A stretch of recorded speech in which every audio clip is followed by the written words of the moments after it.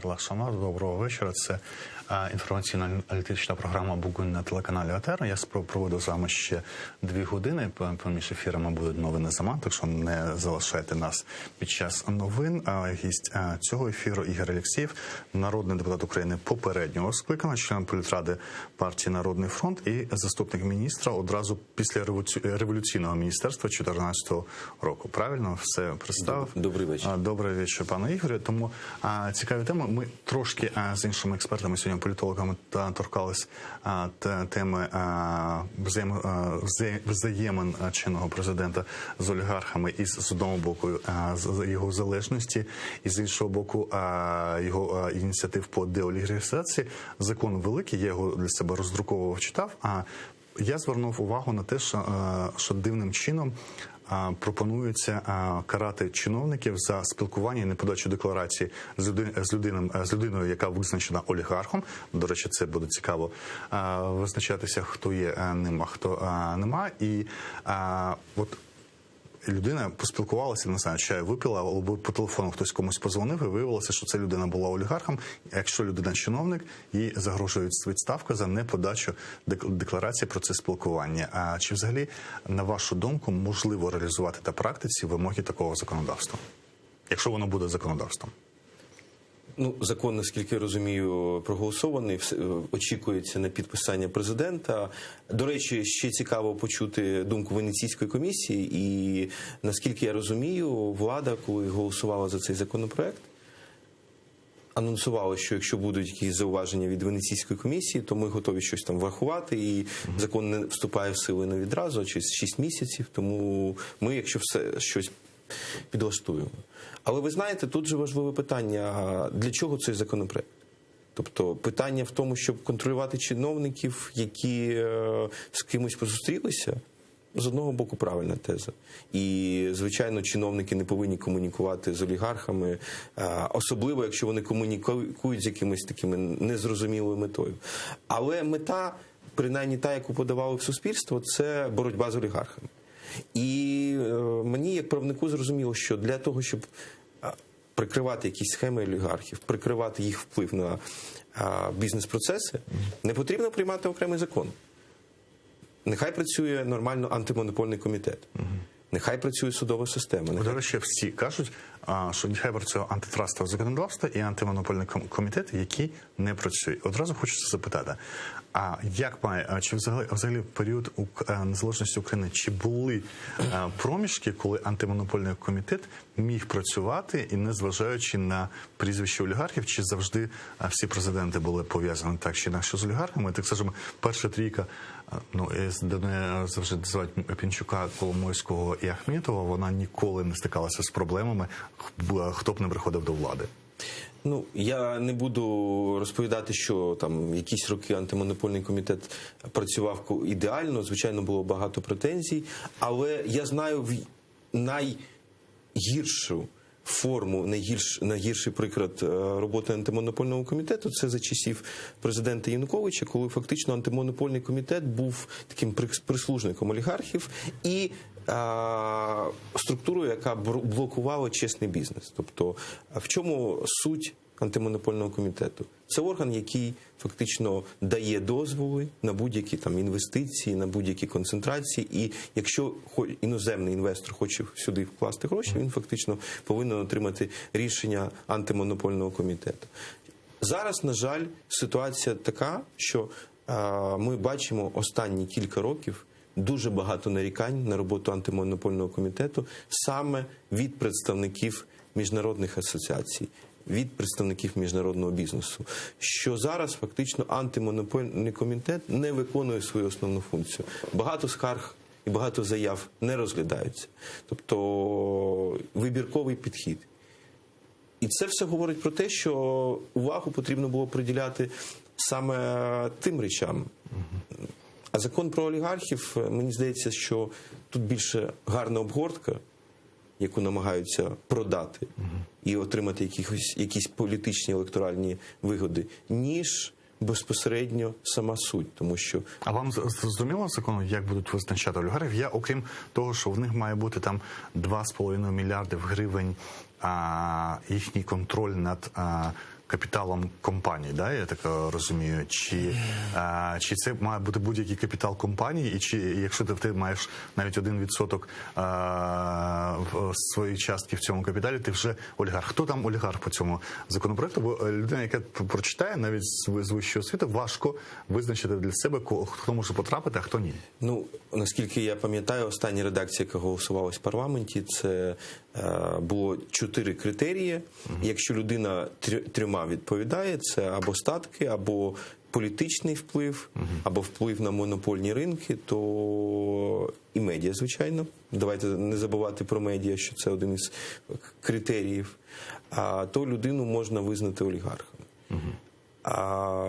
Знову ж таки, якщо мета просто повісити ярлики, ну, я не думаю, що це найбільша необхідність зараз в країні, тому що влада з одного боку повинна відчути і зрозуміти, що люди зараз дивляться, які ціни.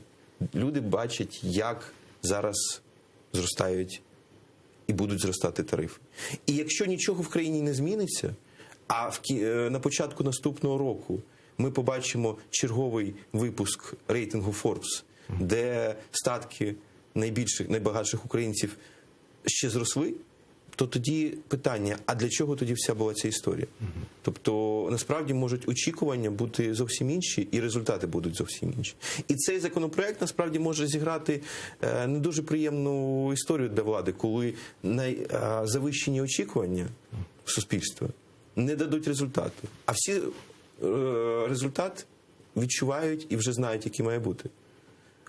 А його цей законопроект не дає. А в світі взагалі є приклади того, щоб держава, країна формалізувала і визначала, хто в її країні є олігархом? Знаєте, мені важко навести такі приклади. Я таких прикладів насправді не знаю. Але знову ж таки, давайте не зміщувати акценти. Питання не в тому, щоб просто когось назвати олігархом, а когось не назвати олігархом. Питання в тому, щоб в країні була справедливість і в країні працювали інституції. Якщо в країні працювали інституції, то ми не бачили б такої ситуації, коли відбуваються змови цінові на якихось товарних ринках.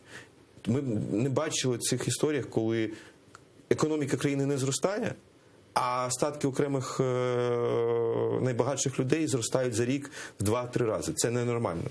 І це говорить про те, що щось є, якісь перекоси.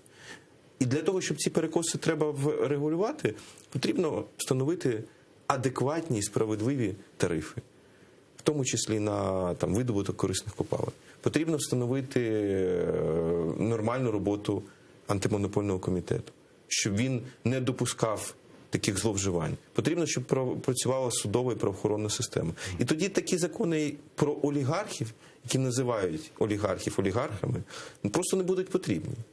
А інші органи, які фактично повинні виконувати всі основні функції, будуть працювати і забезпечувати в країні справедливість. Окрім навішування ярликів, що вас бентежить як правника, як конституціоналіста в цьому питанні? Чи є в нього шанс, наприклад, бути скасованим Конституційним судом? Чи це не та інституція, яка в Україні колись щось скасовувала і завжди підігравала владі в питаннях таких законопроєктів?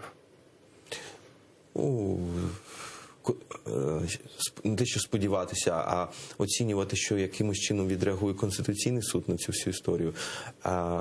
Мені зараз важко щось прогнозувати. Я лише пам'ятаю, що коли лише зароджувалася ця ідея і цей законопроект подавався в парламент, тоді представники влади анонсували, що це не все, що мають бути 10-11 законів, які будуть в продовження цієї всієї історії, і якраз будуть забезпечувати інструментарій для роботи відповідних інституцій. Тобто, я пам'ятаю, що сама влада визнавала, що це не панацея.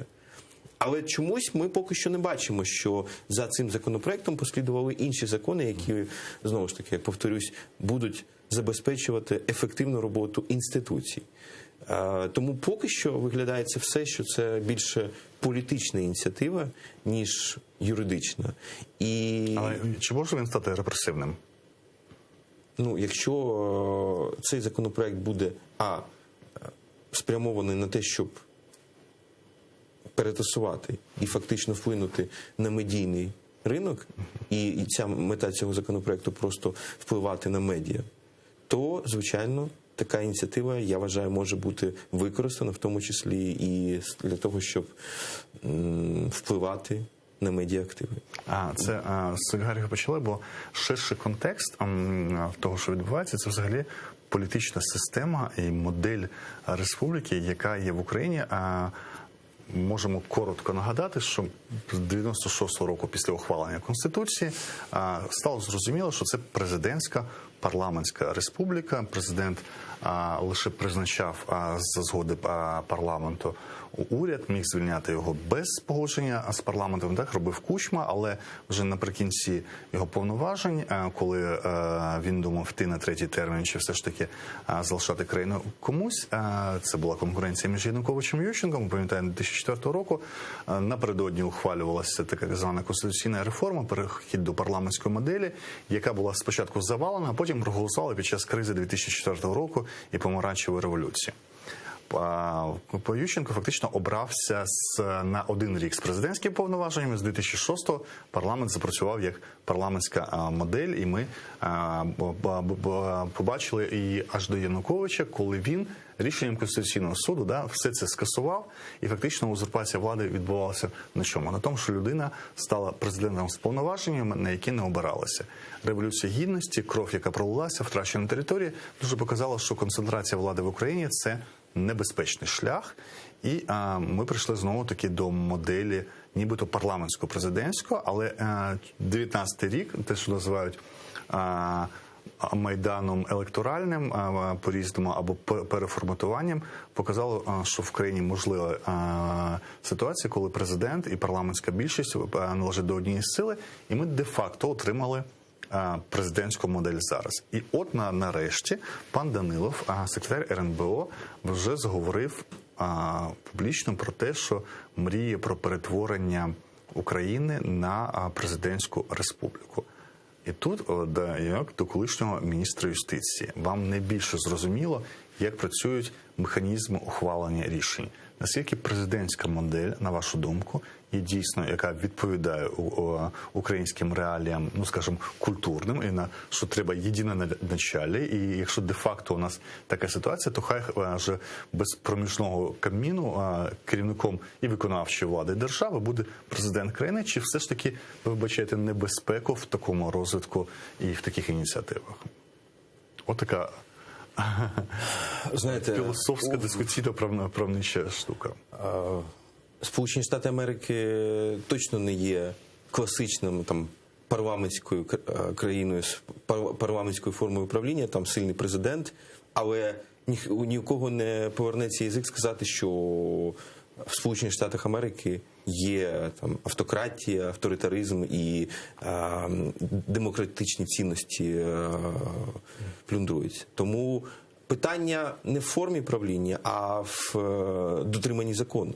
Тому можна порушувати закон в одній формі правління, можна порушувати закон абсолютно різні. Якщо немає невідворотності покарання, то ризик може бути абсолютно в різних моделях. Я особисто все ж таки більше прихильник парламентсько-президентської форми правління, але з чітким унормуванням повноважень всіх гілок влади, чого, на жаль, в Україні зараз немає. І те, що треба змінювати Конституцію і врегульовувати принаймні ті повноваження, які формально записані в Конституції, але через, скажімо так, дуалізм трактувань, дуалізм думок можуть бути виконані одними, іншими, і ось багато цих протиріч, конфліктів якраз і перетягування канатів відбувається на фоні цієї всієї історії. Тому я вважаю, що Україні не потрібно, те, що, не знаю, небезпечно, не бажано. У нас все ж таки глибокі і довгі історія парламентаризму. І це навпаки треба продовжувати. Давайте згадаємо трошки ваш час. Тоді не було монобільшості, але перша коаліція була з двох потужних фракцій, Фронту змін, до якого вони належали, і партії, от яка називається зараз Європейська солідарність, це партія Петра Порошенка. Перша коаліція взагалі була дуже широка, там була і Батьківщина, і Радикальна. Але навіть без них 226 було у двох фракцій набиралося. Да? Більшість просто тоді була дійсно і Самопоміч на початку була, здається, п'ятипартійна коаліція, велика, широка була, да, я пам'ятаю. Але тим не менше, навіть не маючи монобільшості, ми відчували, і тоді президент намагався втручатися в усі і економічні процеси, те, що було тим, чим опікується уряд. І завжди, як би не називалося Офіс президента, зараз називається Офіс президента, за Ющенка секретаріат президента, за Кучми і там попередніх президентів адміністрація президента. Але це завжди було, вони перетворювалися на фактично на формальний уряд чи другий уряд. І яким чином збалансувати? Бо Україна всі ці 20 років, з 96-го, постійно вона так коливається між, це називають цю моделлю Медведчука, да, і моделлю Мороза Кучми президентської республіки. Що треба збалансувати, щоб постійно президент не перетягував на себе повноваження? Яким чином треба обмежувати повноваження президента? Чим? Чи навпаки, чим посилювати уряд і яким чином, і які передбачити права там, для опозиції, для когось, щоб все це збалансувати, і щоб ініціатива була в парламенту. Коли ви кажете про досить велику історію парламентаризму, ну, я зі скепсисом ставлюся, тому що тут дивишся і бачиш, що коли в політиці називали Волкова директором парламенту, ми завжди бачили, що парламент завжди ставав, принаймні 30 років незалежності, додатком до лідера, якого обрала Україна, і він концентрував у себе владу, і це був завжди президент. Ну, тут я з вами можу частково не погодитись, оскільки я вважаю, що найбільш історичні і доленосні рішення приймалися в українському парламенті. І в усі часи найбільших криз парламент був фактично запорукою стабільності і тим невеличким острівцем, який все ж таки, на який розраховували. І це було і в 2014 році, в часи, коли приймались складні рішення. І це було і під час помаранчевої революції. Тому я вважаю, що все ж таки парламентаризм і український парламент потрібно оберігати і не допускати того, що він є дійсно придатком інших органів, і фактично багато рішень, що зараз відбувається, просто освячує і формально легалізує рішення, які приймаються не в парламенті. Ну, зараз погодиться, що чинний, наприклад, Кабінет міністрів, він не є політичним органом, який ініціює рішення. Він вже затверджує рішення, які ухвалюються попередньо в Офісі президента. А ми правильно це розуміємо. Правильно? Що треба удосконалити, щоб уряд тоді, або не мав потребу уряду, тоді треба називати там, от як Ердоган зробив, у нього він призначив собі віце-прем'єра Фуата Октая, і ця людина фактично керує міністрами. Це фактично Єрмак тільки в Туреччині. Тільки там вони формалізували, отримали концентрацію влади, отримали зараз падіння рейтингів президента і отримали результат, при якому можуть в Туреччині повернутися сили, які кажуть про посилену, потужну парламентську модель. Населення розчаровано, 2/3 хочуть повернення парламентської моделі в Туреччині. І тут у нас всі завжди кажуть, дуже люблять політологи говорити про інсайди, про Єрмака, або будь-якого чину, бо був раніше Богдан, бо були керівники адміністрації Порошенка, або попередні. Що робити з Конституцією таким чином, щоб чиновник, якого призначає президент керувати своїм офісом, не перетворювався на фактичного прем'єр-міністра або віце-президента країни? Ну, це правдище питання, чи це культурне питання? Чи психологічне питання? Я думаю, що тоді треба, все ж таки не потрібно визначитись статусом цього органу і зрозуміти, все ж таки це формальна канцелярія, як по закону прописано, чи це все ж таки орган, який впливає на багато процесів в країні.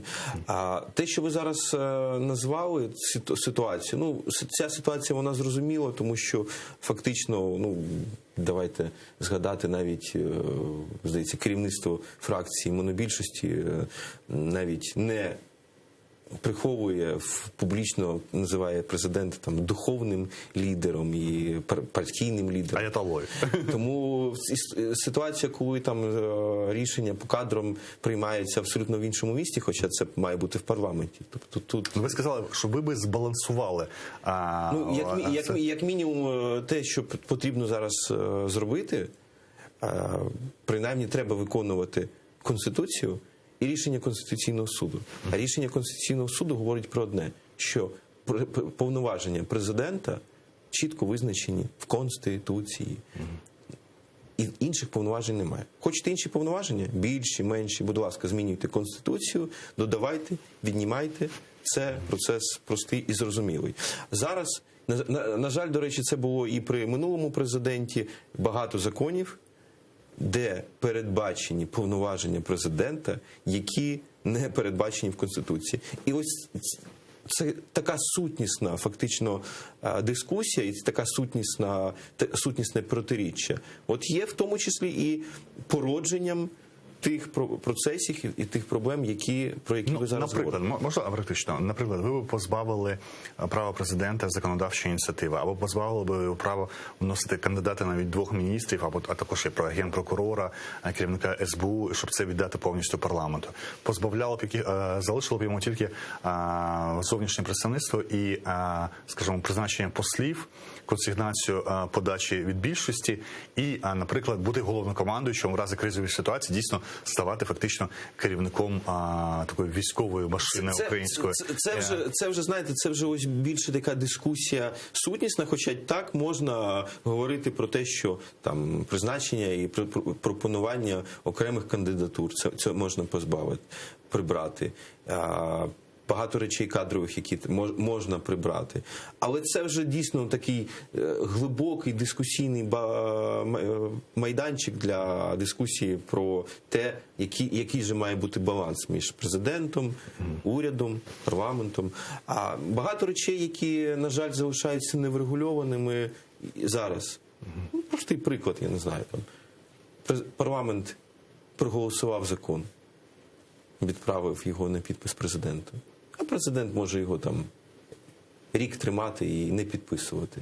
І фактично воля парламенту, вона залишається нереалізованою. Тому навіть формалізувати якісь такі прості процеси щодо там підписання законів. Там же за 10 днів може спікер парламенту підписати і все, і закон вступає без президента. Ми багато... Чи не працює це? Ця історія не працює, і я не пам'ятаю, коли спікери наважувалися в хід президента. Да. Ну, раз ми згадали про консультацію Влади Туреччини, у нас є інформаційний привід і показати сьогоднішнє святкування, принаймні в Києві, 98 років Турецької республіки, республіка, яка прийшла на заміну Османській імперії 1923 року, 29 числа, якраз в цей час, близько 8 вечора, в Анкарі була проголошена Мустафою Кемалем Ататюрком.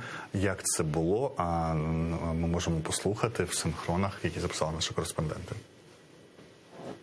Отношения между Турцией и Украиной сегодня находятся на достаточно высоком уровне. Это благодаря воле наших президентов, это благодаря воле наших людей. И это им правильно, потому что, как президент Зеленский сказал, казан-казан. Наши отношения – это взаимовыгодно. Мы об этом довольны вместе.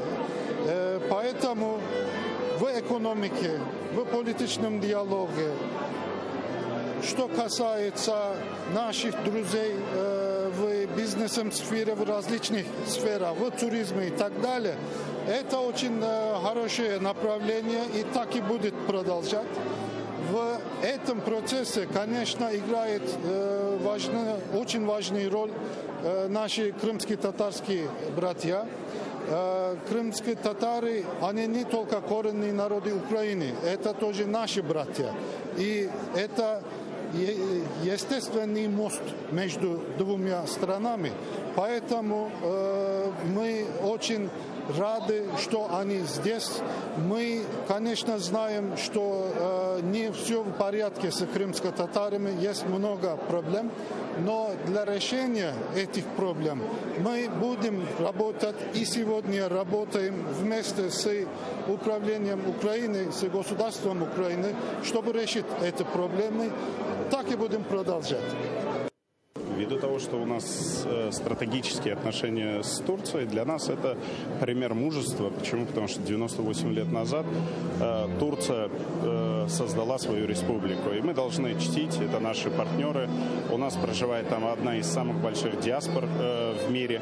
Соответственно, мы должны изучать этот опыт. Плюс мы считаем, как крымские татары, как украинцы, что ближе нашего соседа у нас никого нет. Соответственно, вместе с этим соседом хотели не только выстраивать хорошие отношения, но и защищать свою территорию от людей, которые посягают на нашу территориальную целостность. Политика, дипломатия, культура – это очень важные треки. Они ведутся отдельно. У нас культурологически, религиозная принадлежность или идентичность, она достаточно сильная. Соответственно, мы должны в данный момент смотреть на будущее, какой опыт в трансформации религиозной, культурной, идеологической, через какие идеологические трансформации прошла Турция, для того, чтобы, как крымские татары, тоже понимать, куда будет движется развитие крымско-татарского народа. И так как они самые близкие для нас народ, то мы должны брать с них тоже примеры. Что было хорошо брать, что плохо блокировать. Це був народний депутат від фракції «Коло систему Умєров» і надзвичайний повноважний посол Туреччини в Україні Ягмур Ахмед Гульдерє. Це було до 98-ї річниці заснування Турецької республіки Мустафою Кемалем Ататюрком. І ще невелике включення у нас з Риму. Микола Валіковський, політолог-міжнародник, який перебуває в Римі напередодні саміту G20. Доброго вечора, пане Миколо. Доброго вечора, пане Руслан. Я розумію, що саміт починається тільки завтра. Ми вже обговорювали з вашим колегою 2 години тому, що на порядку денному основні теми кліматичне питання. G20 займається цим не перший рік і ставить за мету просто по різних датах, незрозуміло, до 35-го, 50-го чи до кінця століття спробувати зменшити температуру навколишнього середовища на 1,5%. Що ще цікавого очікується на G20? Окрім того, ми знаємо, що показувалося його всім, от то Шольца з Меркель вони приїхали, це фактично знайомство з майбутнім канцлером ФРН. Так, дійсно, можна сказати, що перший такий символічний день, який закінчився сьогодні в Римі, він наголошував про те, що президент Сполучених Штатів Джозеф Байден символічно зустрівся з папою Франциском. І це дуже важливо з точки зору того, що це другий очільник, другий президент Сполучених Штатів, який є католиком за віросповіданням.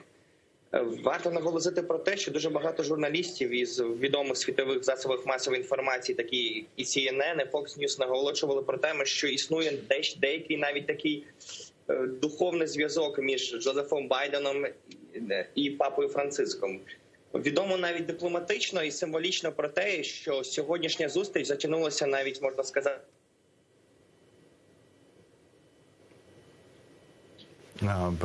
Трошки. Здається, відновився зв'язок. Зв'язок. Так.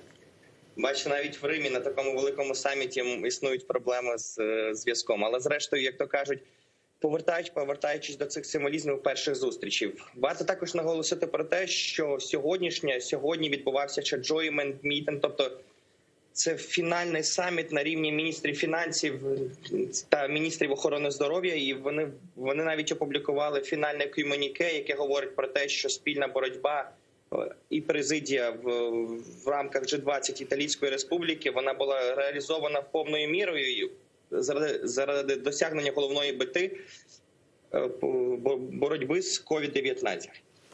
І навіть зараз я можу сказати, що зараз вже закінчується зустріч президента Байдена з Еммануелем Макроном. Це така третя зустріч очільника Сполучених Штатів з керівником Франції. І варто зазначити, що в кулуарних розмовах багато відомо, що завтра буде яка білатеральна зустріч, і, можливо, навіть буде в кулуарах дискутуватися питання стосовно України. Це також дуже великий такий плюс. І варто сказати, що, можливо, навіть на наступному році потрібно сконцентруватися в Офісу президента і Міністерству закордонних справ, щоб якось вплинути на те, щоб Україну запросили як запрошеного гостя на майбутній саміт Великої Двадцятки, який відбудеться в 2022 році на Балі, тобто в Індонезії. Тобто я вважаю, що буде доцільною провести якісь переговори, чи навіть телефонним зв'язком з очільником цієї країни Джорджо Відодо і між президентом Зеленським обговорити, можливо, якісь майбутні білатеральні зв'язки між нашими країнами, щоб Україну, зрештою, все-таки запросили як повноцінну країну і повноцінного гостя на саміт Великої Двадцятки. Тому ми сподіваємось, що всі рішення, які будуть прийняті під час цього саміту, будуть позитивно вплинути також і на Україну, і на весь світ. Тому чекаємо фінального комюніке, чекаємо білатеральних зустрічей, і цікавим буде почути зустріч очільника Російської Федерації.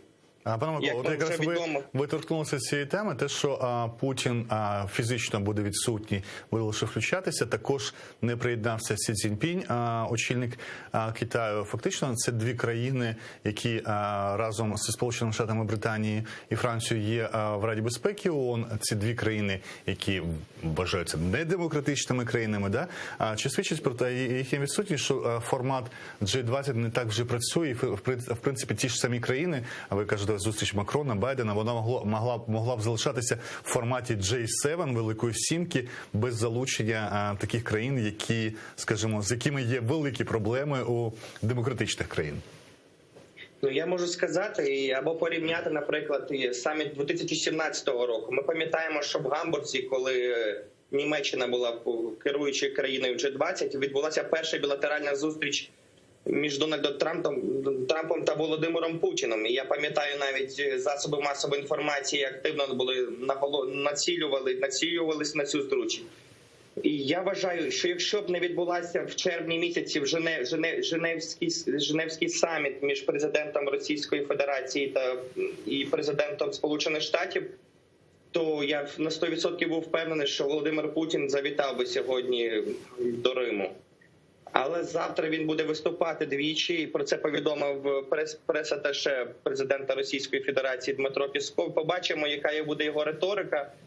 Але зрештою сподіваємось на те, що всі рішення, які приймуть в рамках G20 і фінальному комюніке опублікують, все ж таки допоможуть в цих всіх глобальних питаннях. Ну і ми знаємо, що закордонна зустріч президента Джозефа Байдена не закінчиться самітом Великої Двадцятки, тому що ми знаємо, що він вирішує на конференції Організації Об'єднаних Націй з боротьби з глобальним потеплінням до Глазго. І я сподіваюся, що це питання також буде урегульовано вже в рамках цієї конференції.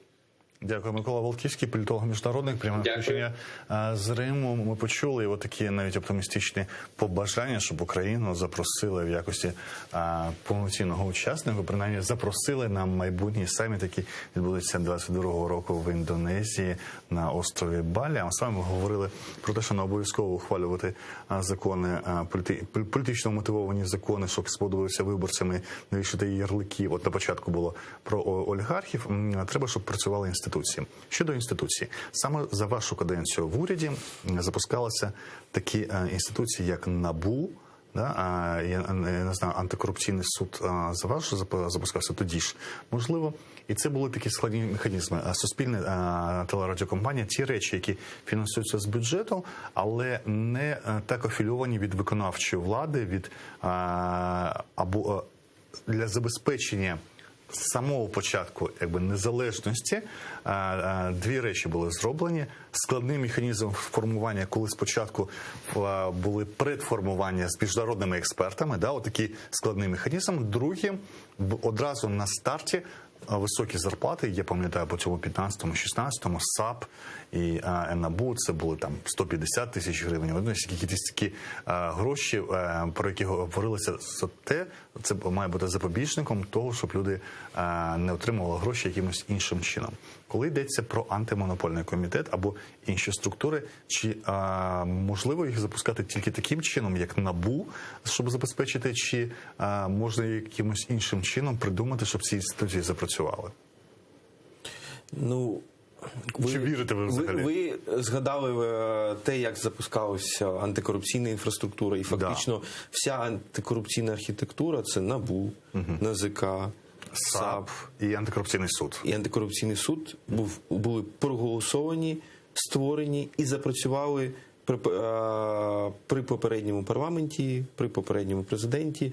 Верховний суд також був реформований і сформований, в тому числі за участі міжнародних експертів. Зараз ми чуємо і те, що це продовжуватиметься робота Вищої кваліфікаційної комісії, теж із залученням міжнародних експертів.